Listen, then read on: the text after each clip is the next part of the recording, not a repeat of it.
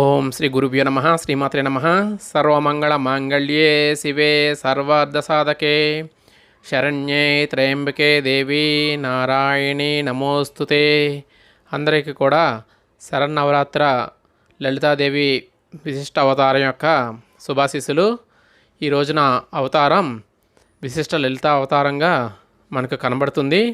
ఈ రోజున సోమవారం అనగా 11వ తారీఖున పంచమి షష్ఠి తిథులు కలిసి రావడం వలన అమ్మవారికి 2 రూపాలు రావడం జరుగుతుంది. అందులో ఉదయం వరకు అంటే మధ్యాహ్నం 12 వరకు లలితాదేవి రూపంగాను, 12 తర్వాతన మహాలక్ష్మి రూపంగాను మనకు దర్శనం ఇవ్వడం జరుగుతుంది. ఈ విధంగా మనము ఈ రోజున విశిష్ట లలితాదేవి యొక్క విశిష్టతను, వాటి యొక్క గొప్పతనాన్ని మనం తెలుసుకుందాం. ఈరోజు అమ్మవారికి చాలా ఇష్టమైన రంగు ఎరుపు. కుంకుమ పూజతోనూ అర్చన చేయడం, ఎర్రని పూలు మరియు కలువ పూలు ఇష్టమైనవి. అలా నైవేద్యం, దద్దోజనము, పరమాన్నం చేసుకోవడం మంచిది. అలా దద్దోజనంలో పెరుగు, మిరియాలు, జీలకర్ర ఉపయోగిస్తారు. ఈ మిరియాలు, జీలకర్ర వలన మనిషిలోని కఫం తగ్గి ఈ వర్షాకాలంలో వచ్చే జబ్బుల నుంచి విముక్తి కలిగి ఆరోగ్యంగా జీవించడానికి ఎంతగానో ఉపయోగపడుతుంది. అలా కఫ బాధలను తగ్గిస్తుంది. అలా అమ్మవారి యొక్క శ్లోకం చెప్పుకుందాం. అతి మధుర చాపహస్తం అపరిమిత మోదబాణ సౌభాగ్యం అరుణామతి శయకరణం అభినవ కుల సుందరి ముపావసే. అలా ఈ శ్లోకం చదవడం ద్వారాగా, వినడం ద్వారాగా ఆ లలితాదేవి యొక్క విశిష్టతను, ఆ లలితాదేవి యొక్క అనుగ్రహమును మనం పొందవచ్చును. ఇక అమ్మవారి యొక్క విశిష్ట రూపాన్ని గురించి లకార రూప లలిత లక్ష్మీవాణి నిషేవితగా పిలువబడే అమ్మ శ్రీ దేవి శరన్నవరాత్రులలో 5వ రోజు లలితా త్రిపుర సుందరిదేవిగా దర్శనమిస్తుంది. తల్లిని ఈరోజు పూజించడం ద్వారాగా అఖండ సౌభాగ్యాలు, అత్యున్నత స్థితి లభిస్తుంది. అలానే ఆడవారి మంగళ్యం, వారి పసుపు కుంకుమలు కాపాడుకోవడానికి ఈ రోజున లలితాదేవి పూజ చేసుకోవడం ఎంతో విశేషం. లలిత అనగా ఆటలు ఆడునది అని అర్థం. సృష్టి, స్థితి, లయ అంటే ఆ యొక్క భూత, భవిష్యత్తు, వర్తమాన కాలాలను ఆ అమ్మ యొక్క చేతిలో ఉండడం జరుగుతుంది. అమ్మ 16 ఏళ్ల వయసు గల పడుచు 16 కళలు కలిగిన శ్రీచక్రంపై ఎడమ పాదం మోపి చెరుకుతో చేసిన విల్లు పట్టుకుని, పుష్పబాణములు, ఉరితాడు, కొరడాలను పట్టుకుని సింహాసనంపై ఆసీనురాలై ఉన్నటువంటి త్రిపుర సుందరి. త్రిపుర అనగా ముల్లోకములు, సుందరి అనగా అందమైనది. అందుకే ఆ తల్లిని త్రిపుర సుందరి అని, ముల్లోకాలను పాలించే సుందరి అని అంటే ఆ శక్తిమాత ఆటపాటలతో ఈ ముల్లోకాలను చల్లగా చూసి అందరినీ ఆదరించి కోరిన కోరికలను తీర్చే గొప్ప తల్లి. ప్రకృతి శక్తికి ప్రతీక కలది. మన చుట్టూ ఉండే పాంచభౌతిక లలితా పంచభూతాలన్నీ ఒకే దానిలో ఇమిడి ఉండడం, శబ్దం, స్పర్శ, రూపం, రసం, గంధం అనే 5 ఆ తల్లి శక్తిలో ఇమిడి ఉన్నాయి. ఈ శక్తులన్నిటినీ కలిపి ఒకటిగా చేసి లలితాదేవి భావన చేసే సంప్రదాయం మనది. ఇంకా విశిష్టంగా భూమి చుట్టూ ఉన్న ఓజోన్ పొర లోపలి భాగంలో జీవశక్తి వృద్ధి చెందుతుంది. ఇంకా వివరంగా చెప్పుకోవాలంటే ఈ అంశాన్ని శ్రీ సూక్తం, ఈ శక్తి హిరణ్య ప్రాకారతత్వం అని చెప్పడం జరిగింది. అంటే హిరణ్య ప్రాకారమే ఓజోన్ పొర. ఈ ఓజోన్ పొర హిరణ్య ప్రాకారం ప్రకారం బయట జ్వలంతంగా, లోపల వైపు అర్ద్రంగా కనిపిస్తుంది. భూమి శివలింగంగా భావన చేస్తే భూమి చుట్టూ ఆవరించి ఉన్నటువంటి ఈ అమ్మవారిని లలితగా భావన చేస్తాం. అందుకే శివుని మీద కూర్చున్న లలిత విగ్రహాలుగా మనం చూస్తుంటాం. ఈ అమ్మవారి ఉపాసన వ్యక్తిలో సామ్యత్వాన్ని పెంచుతుంది. కామ్యార్థులకు, మోక్షార్థులకు రెండింటికి కూడా లలితాదేవి ఆలంబన శ్రీచక్ర స్థితిగా కనిపించే అమ్మవారు. సృష్టి సంబంధమైన వేరువేరు భాగాలలో వేరువేరు రూపాల్లో కనిపిస్తుంది తప్ప దీనినే మెరుగుగా కూడా విస్తరించే ప్రయత్నం చేస్తూ ఉంటారు. వేరువేరు భాగాల్లో ఉండే లలిత అమ్మవారి శక్తిని ఖడ్గమాలగా కూడా కొలిచే సంప్రదాయం ఉంది. ఆత్మ, మనసు, శరీరం అనేవి 3 పురాలు. వీటినే త్రిపురాలు అంటారు. ఈ 3 పురాలలో ఉండే రాక్షసత్వం, త్రిపురాసురులు. ఆ రాక్షసత్వాన్ని తొలగిస్తే అమ్మ సౌందర్యాన్ని నింపి త్రిపుర సుందరిగా వెలసిల్లుతుంది. ఈ పాంచభౌతిక శక్తి సమాహారమైన అమ్మవారిని తత్వాన్ని ఉపాసిస్తే మన పాంచభౌతిక శరీరంలో అన్ని భాగాల్లోనూ అనంతమైన శక్తి చేకూరుతుంది తప్ప మనని శాశ్వతులను చేసి ప్రయత్నం జరుగుతుంది. అందుకే ఆ తత్వాన్ని తెలుసుకోవడానికి ఈ నవరాత్రుల్లో మనం ఉపాసన చేసుకోవాలి. ఆ తల్లిని మనం ఆవాహన చేసుకుని ఆ తల్లి యొక్క ఆశీస్సులను మనం పొందగోరాలి.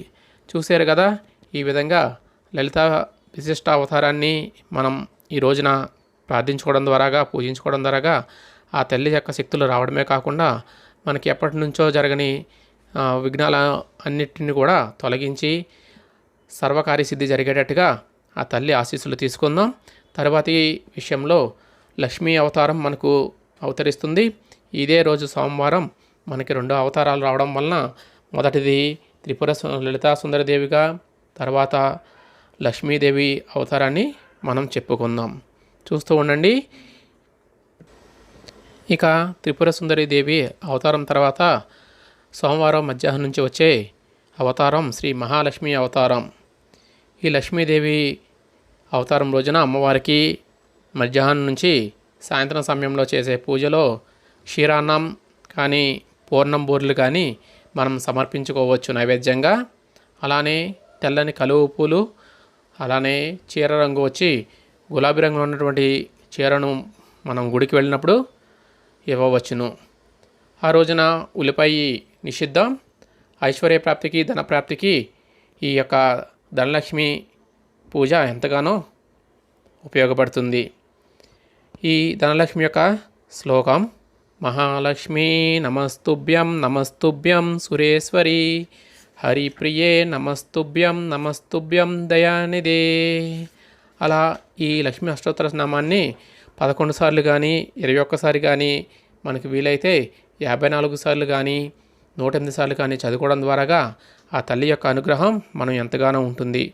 అలానే ఆ యొక్క లక్ష్మీ అష్టోత్తరం యొక్క అష్టోత్తరాన్ని 108 పేర్లను చదువుకోవడం ద్వారాగా ఆ తల్లి యొక్క అనుగ్రహమును మనం పొందవచ్చును.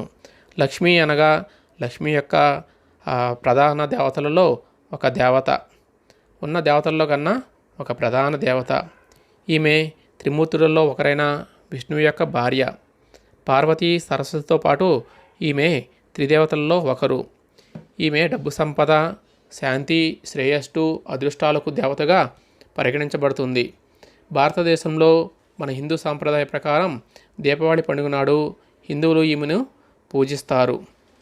లక్ష్మీదేవి అందమైన చీర కట్టుకుని ఆభరణాలను అన్నింటినీ ఒంటికి ధరించుకుని చాలా అందంగా, ఆకర్షణీయంగా 2 చేత కలువ పువ్వులతో 4 చేతులతో దర్శనమిస్తుంది. 2 చేత పుష్పాలను, 2 చేతులతో బంగారు నాణాలను అనుగ్రహిస్తూ ఉంటుంది. ఈమె తామర పువ్వు మీద కూర్చుని సాధారణంగా ఏనుగులతో, అంటే తెల్ల ఏనుగులను పెట్టుకోవడం ద్వారాగా మరింత ఉత్తమమా. ఈమెకు అనేక అవతారాలు కూడా ఉన్నాయి. అంటే మానవుని రూపంలో లేదా మరి ఇతర రూపంలోనైనా భూమిపైకి వచ్చేటువంటి ఒక గొప్ప దేవత.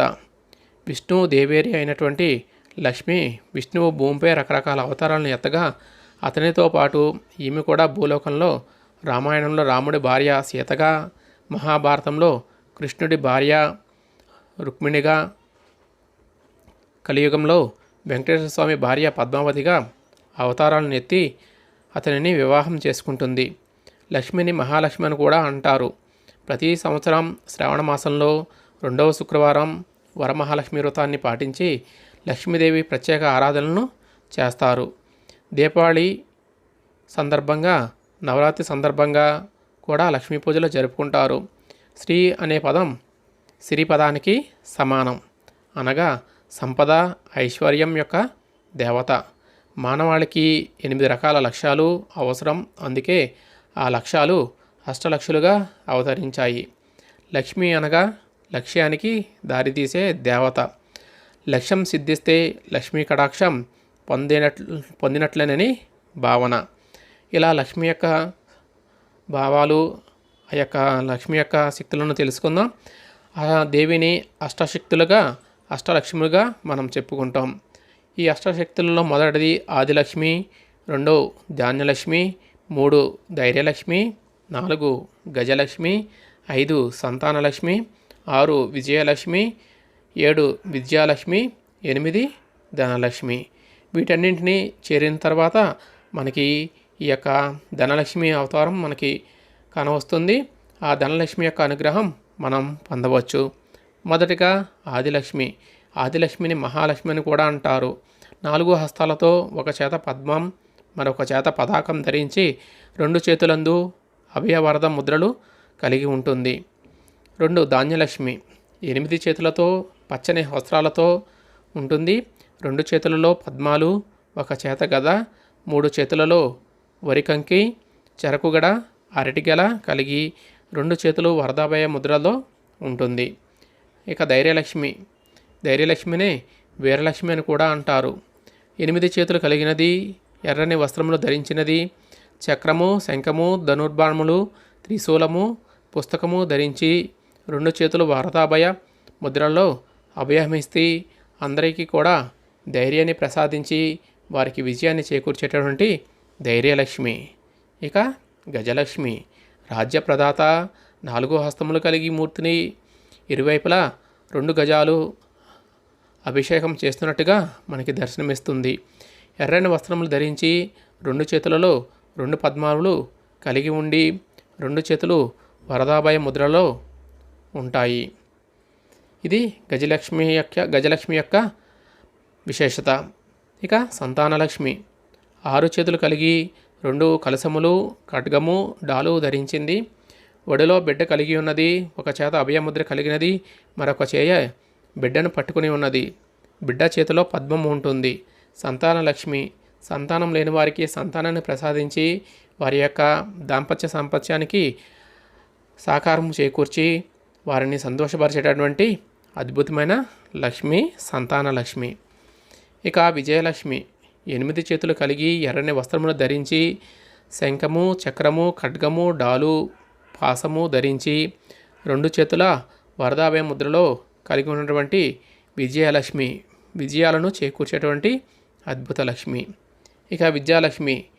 విద్యాలక్ష్మినే శారదాదేవి అని, సరస్వతీదేవి అని, చదువుల తల్లి చేతియందు వీణ పుస్తకము కలిగి ఉంటుంది. ఈ విద్యాలక్ష్మి రోజున పిల్లల చేత పూజ చేపించి అలా పిల్లలకి పుస్తకంతో పెన్నుతో రాయించడం ద్వారాగా వారి యొక్క విద్య అభివృద్ధి చెందుతుంది. ఇక ధనలక్ష్మి. 6 హస్తాలు కలిగిన మూర్తి, ఎర్రని వస్త్రాలు ధరించి శంఖచక్రాలు, కలసము, ధనుర్బాణములు, పద్మము ధరించిన మూర్తి. అభయముద్రలోనున్న చేతి నుండి బంగారు నాణాలు వర్షిస్తున్నట్లు చిత్రింపబడుతుంది. ఈ విధంగా విద్యాలక్ష్మి యొక్క ధనలక్ష్మి యొక్క అష్టలక్ష్ముల గురించి తెలుసుకున్నాం. అలానే అష్టలక్ష్మి స్తోత్రం కూడా ఉంటుంది. అలా అష్టలక్ష్మి స్తోత్రం కూడా మనం చదువుకోవచ్చు. ఆదిలక్ష్మి స్తోత్రం, ధాన్యలక్ష్మి స్తోత్రం, ధైర్యలక్ష్మి స్తోత్రం, గజలక్ష్మి స్తోత్రం, సంతానలక్ష్మి స్తోత్రం, విజయలక్ష్మి స్తోత్రం, విద్యాలక్ష్మి స్తోత్రం, ధనలక్ష్మి స్తోత్రం. ఈ విధంగా ఈ యొక్క లక్ష్మీదేవి అనుగ్రహం కొనవారు ఆ నవరాత్రులలో సాయంత్రం పూట చదువుకుని ఆ తల్లి యొక్క ఆశీస్సులు పొందుతారని, అలానే ఈ ఛానల్ను ఆదరిస్తున్నటువంటి మీ అందరికీ కూడా ధన్యవాదాలు తెలియజేసుకుంటూ, అందరూ కూడా ఆరోగ్యాలతో, ఆనందాలతో, సుఖ సంతోషాలతో ఈ విజయదశమి రోజున ఈ యొక్క దసరా నవరాత్రుల్లో మీరందరికీ కూడా అఖండ విజయం చేకూరాలని మనసా వాచా కోరుకుంటూ సెలవు తీసుకుంటున్నాం. లోకా సమస్త సుఖినో భవంతు, సర్వే జనా సుఖినో భవంతు. హరి ఓం.